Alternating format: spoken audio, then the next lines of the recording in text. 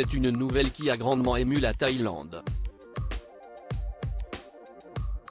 La fille du roi Rama X, la princesse Bajrakitiyaba, est soudainement décédée à l'âge de 44 ans, a-t-on appris dans la nuit du 14 décembre. Membre éminent de la famille royale thaïlandaise, elle était le premier enfant du souverain et de sa première femme, Soham Sawali. Plusieurs sources royales affirment que la princesse Bajrakitiyaba a subi une crise cardiaque aujourd'hui alors qu'elle courait avec ses chiens dans le parc national de Khao Yai, écrivait sur Twitter mercredi le journaliste spécialiste de la Thaïlande Andrew McGregor Marshall, confirmant les informations du média Thai News. Pourtant, ce dimanche 18 décembre, ce dernier a donné une toute autre raison.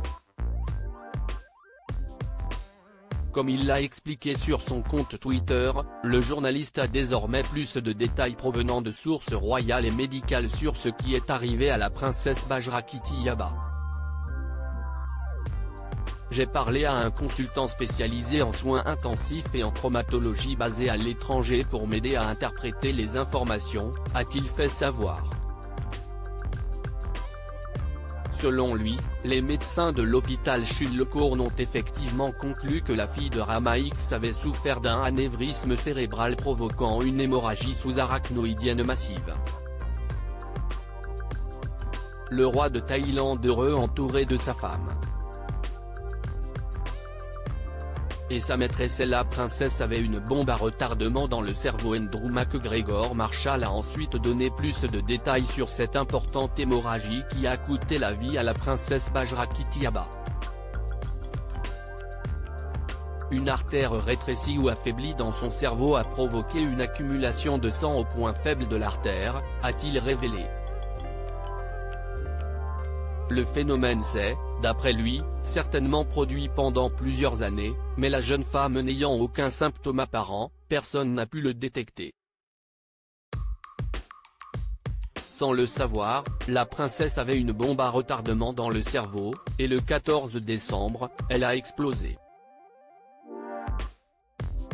Son crâne a été inondé de sang, ce qui a provoqué un arrêt cardiaque et respiratoire, a conclu le spécialiste. À son arrivée à l'hôpital, son cerveau était déjà privé d'oxygène et se trouvait donc déjà en état de mort cérébrale. La jeune femme a malgré tout été placée sous une machine ECMO. Elle s'y trouve toujours aujourd'hui, a indiqué le journaliste.